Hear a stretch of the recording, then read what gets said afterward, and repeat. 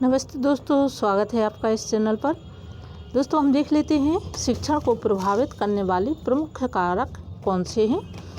इससे पहले मैंने प्रीवियस वीडियो में आपको एक टॉपिक दिया था, उसके संबंध में टॉपिक के संबंध में काफ़ी विस्तारपूर्वक बताया भी था कि शिक्षण के 5 प्रमुख पायदान।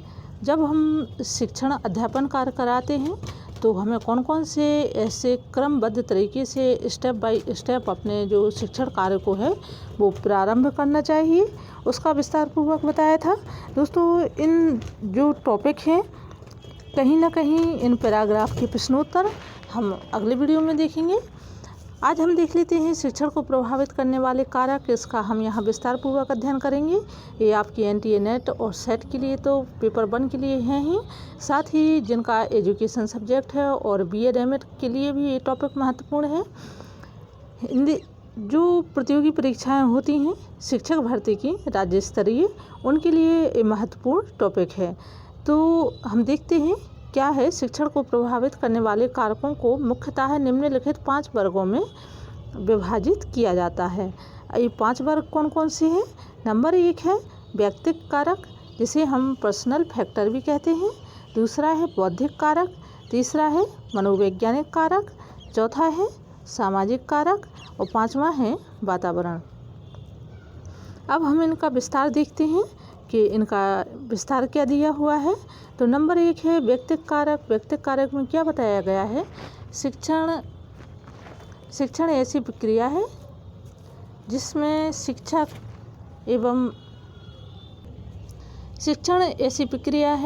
शिक्षक एवं छात्र दोनों सम्मिलित होते हैं। इन दोनों की व्यक्तिगत परिस्थितियां का सीधा प्रभाव शिक्षण कार्य पर पड़ता है।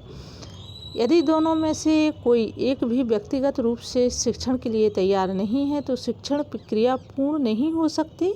व्यक्तिगत कारकों में स्वास्थ्य, पारिवारिक एवं विद्यालयी परिस्थितियां सभी आती हैं। अब दोस्तों, यहाँ पर जो व्यक्तिगत कारक बताया गया है ये व्यक्ति विशेष से संबंधित इसे हम मानेंगे, चाहे वो शिक्षक हो या छात्र हो। यदि उनकी व्यक्तिगत कुछ समस्याएं हैं, कुछ परेशानियां हैं, स्वास्थ्य से संबंधित हो या मानसिक परेशानी हो, शारीरिक परेशानी हो, तो उससे क्या होता है कि कहीं ना कहीं शिक्षण कार्य प्रभावित होता है। इसलिए शिक्षक और छात्र दोनों को कहीं ना कहीं व्यक्तिगत रूप से परिपक्व रहना चाहिए शिक्षण अध्यापन ग्रहण करने के लिए और अध्यापन देने के लिए। दूसरा है बौद्धिक कारण। तो बौद्धिक कारक में क्या है? किसी भी कक्षा में सामान्यतः 3 तरह के शिक्षार्थी होते हैं। अब देखिए, ये पॉइंट नोट करने का है कि कक्षा में सामान्यतः कितने तरह के शिक्षार्थी या छात्र होते हैं। तो इसका उत्तर है 3 प्रकार के: प्रखर, सामान्य और कम बुद्धि वाले। एक वो बच्चे होते हैं जो कि पढ़ाई में सबसे ज़्यादा होशियार होते हैं, जो इंटेलिजेंट बच्चे हैं, एक कक्षा में वो होते हैं। दूसरे बच्चे होते हैं नॉर्मल, सामान्य बच्चे, जिनका पढ़ाई का लेवल सामान्य ही रहता है, मीडियम। एक कम बुद्धि वाले जो कम होशियार होते हैं, कहीं ना कहीं उनकी पढ़ाई का स्तर जो है कम रहता है। तो यदि शिक्षक इन तीनों तरह के शिक्षार्थियों को साथ लेकर के नहीं चल पाएगा तो शिक्षण परिपूर्ण नहीं हो पाएगा। इसलिए शिक्षक को ऐसी परिस्थितियां तैयार करनी होती हैं कि वह सभी छात्रों को एक समान रूप से शिक्षित कर सके। बौद्धिक कारक में देखिए, बौद्धिक कारक में है जो बच्चों की जो बुद्धि लब्धि होती है, जो उनका ज्ञान का स्तर होता है, उस हिसाब से शिक्षक को अपना शिक्षण कार्य जो है वो कराना चाहिए। यदि कोई बच्चा ज़्यादा होशियार है, उसकी बौद्धिक स्तर ज़्यादा है,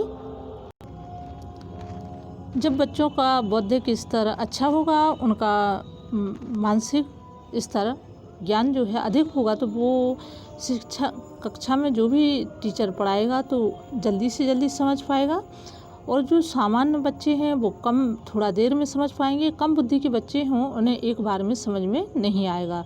तो शिक्षक को कोशिश करनी चाहिए कि जो 3 तरह के बच्चे कक्षा में हैं छात्र, तो कहीं ना कहीं उनमें एक संतुलन बनाना पढ़ाई के स्तर को इस प्रकार से संचालित करना जिससे कि जो सभी वर्ग के प्रखर, सामान्य और कम बुद्धि वाले बच्चे जो हैं, इनका पढ़ाई का जो क्रम है और एक जो रूटीन है वो एक सा चले और कक्षा का संतुलन सामान्य बना रहे। सभी बच्चों के जो स्तर है, पढ़ाई का जो पाठ है, सामग्री है, वो बराबर पूर्ण रूप से संचालित होती रहे।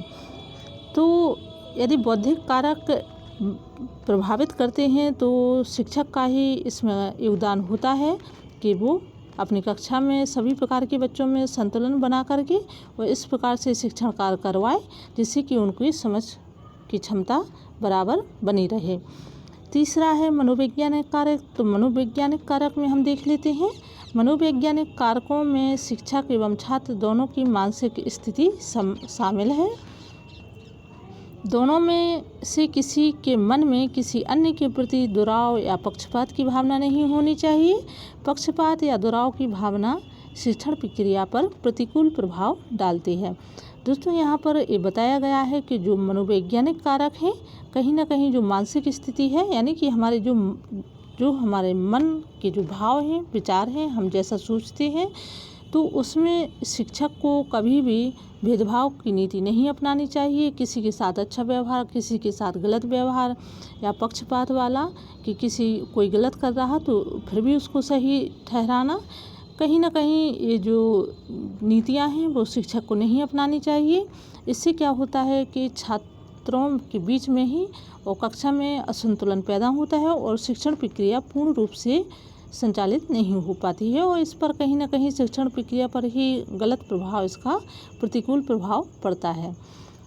चौथा है सामाजिक कारक। तो सामाजिक कारक में क्या है? सामाजिक परिस्थितियां का सीधा प्रभाव शिक्षण कार्य एवं शिक्षा पर पड़ता है।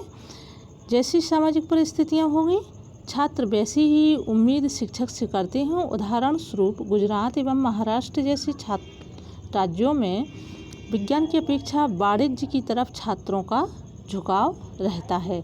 इस प्रकार सामाजिक परिस्थितियां शिक्षण को प्रभावित करती हैं। कहीं ना कहीं सामाजिक परिस्थितियों का ही बच्चों पर बहुत तेज असर पड़ता है। तो इसलिए जो जैसा सामाजिक वातावरण होगा, चाहे वो समाज का हो, घर परिवार का हो, आसपास का जो भी वातावरण होता है, जैसा कक्षा का वातावरण होगा, बच्चे उसी प्रकार से शिक्षा में भी आगे बढ़ पाएंगे। अंतिम जो है पॉइंट, कारक जो है पांचवा है वातावरणीय कारण। इसके अंतर्गत भी सभी परिस्थितियां आती हैं जो किसी कक्षा एवं उसके आसपास वातावरण का निर्धारण करती हैं।